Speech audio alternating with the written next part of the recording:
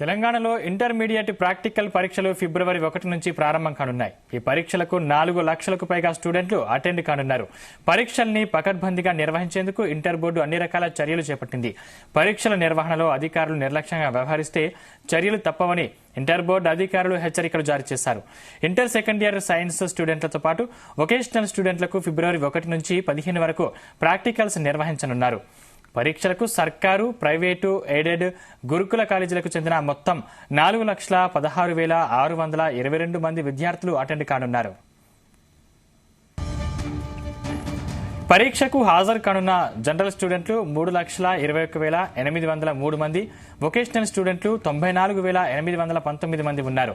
వీరందరి కోసం రాష్ట్ర వ్యాప్తంగా 2,032 పరీక్షా కేంద్రాలను ఏర్పాటు చేశారు. ప్రతిరోజు ఉదయం 9 గంటల నుంచి మధ్యాహ్నం 12 గంటల వరకు మార్నింగ్ సెషన్, మధ్యాహ్నం 2 గంటల నుంచి సాయంత్రం 5 గంటల వరకు ఆఫ్టర్నూన్ సెషన్లో ప్రాక్టికల్స్ నిర్వహించారు. ఇప్పటికే హాల్ టికెట్లను కాలేజీలకు పంపించామని ప్రిన్సిపల్ నుంచి తీసుకోవాలని అధికారులు సూచిస్తున్నారు. ప్రాక్టికల్స్ క్వశ్చన్ పేపర్ లీక్ కాకుండా ఇంటర్ బోర్డు జాగ్రత్తలు తీసుకుంటుంది. క్వశ్చన్ పేపర్లను ఆన్లైన్లో పెట్టి ఎగ్జామినర్కు వచ్చే పాస్వర్డ్ ద్వారా మాత్రమే నిర్ణీత టైంకు అరగంట ముందు డౌన్లోడ్ చేసుకునేలా ఏర్పాట్లు చేసింది. దీంతో పేపర్ లీక్ కాకుండా ఉండే అవకాశం ఉంది. దీంతో పాటు వాల్యుయేషన్ కూడా వెంటనే చేసేలా ఏర్పాట్లు చేశారు. పరీక్ష పూర్తయిన వెంటనే వాల్యుయేషన్ చేసి ఆ వెంటనే ఆన్లైన్లో మార్కులు వేయనున్నారు. దీనివల్ల మార్కులు వేసే దాంట్లోనూ అక్రమాలను అరికట్టే అవకాశం ఉంది.